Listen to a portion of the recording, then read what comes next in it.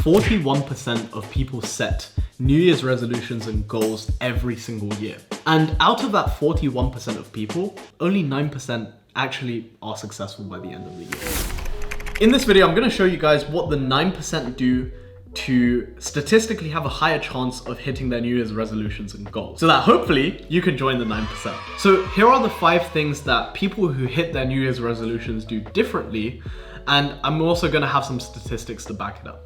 So number 1 is setting action-oriented goals. Let's use the example of the most common New Year's resolution that is set by millions and millions of people every single year, and that is to lose weight. Generally, when it comes to trying to achieve the goal of weight loss, most people just say at the beginning of the year and they write down on a piece of paper, in 2021, I want to lose 5 kilos, for example, or in 2021, I want to lose weight. If this is your New Year's resolution, most likely you're not going to hit this, and here's why. The goal of losing weight is not actually actionable. So how you can statistically increase your likelihood of achieving said goal would be to make it action-oriented. So to give you an example of this is, rather than saying, hey, I'm going to lose weight this year, instead you could say something along the lines of, my goal for this year is to go to the gym 3 times a week to lift weights and also walk at least 10,000 steps every single day. This would be an example of an action-oriented New Year's resolution and much more likely for you to achieve it. Why? Because it's action-oriented. So you know exactly what you need to execute on every single day, every single week, every single month, which will lead inevitably to that desired outcome. The second thing that people who achieve their New Year's resolutions do statistically is often they start early before the New Year's, because psychologists all agree that the best time to make a change in your life is not on January 1st.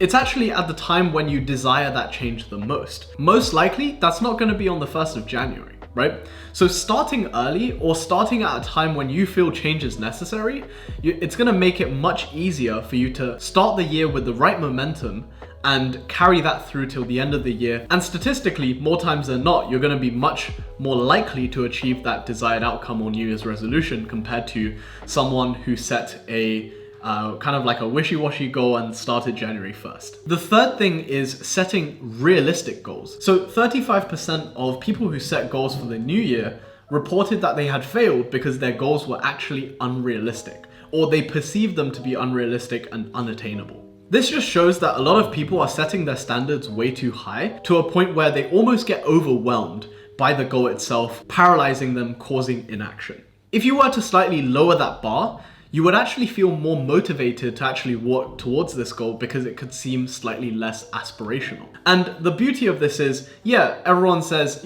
aim high, but what they don't understand is the compound effect. So if you just aim lower, but do this consistently and hit your goals every single year, over a span of 10 years, it's seriously going to compound and you're really going to reap the benefits. It's always, in my opinion, better to set smaller goals and smaller checkpoints so that you can consistently hit them and let the compound effect take over the period of multiple years. The fourth thing is, don't set too many goals at once. And also when you do set goals, make sure to write them down in a place that is highly visible to you so that they stay top of mind. Because 23% of people simply forget their New Year's resolutions and goals by the end of the year, hence why they haven't achieved them. And the other 10% said they failed because they simply set way too many goals. The truth of the matter is, if you focus on one goal, you're much more likely to achieve it than if you're trying to chase 5 different things at once. And the beauty of writing things down is that it shows that you're accountable to your own goals and your own words, right? So for example, the thing that I like to do is I like to make my goals as a part of my wallpaper. So I type it out on Apple Notes and then I screenshot it, and that's my wallpaper for the entire year so that I can always look down on my phone and I know exactly what I need to do for that year specifically. And finally, track your progress. What gets measured gets accomplished. 33% of people who fail didn't track their progress. Tracking is honestly so important, especially if you were to have a way of quantifying that data and also helping you visualize it. The thing I like to do is having charts or using apps like Stride.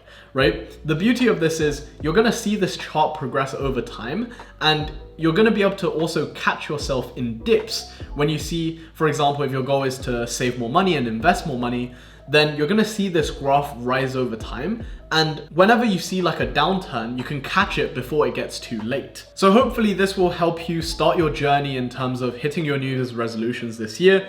And yeah, go out there and crush your targets. Subscribe if you found this video useful, and I'll see you in the next one.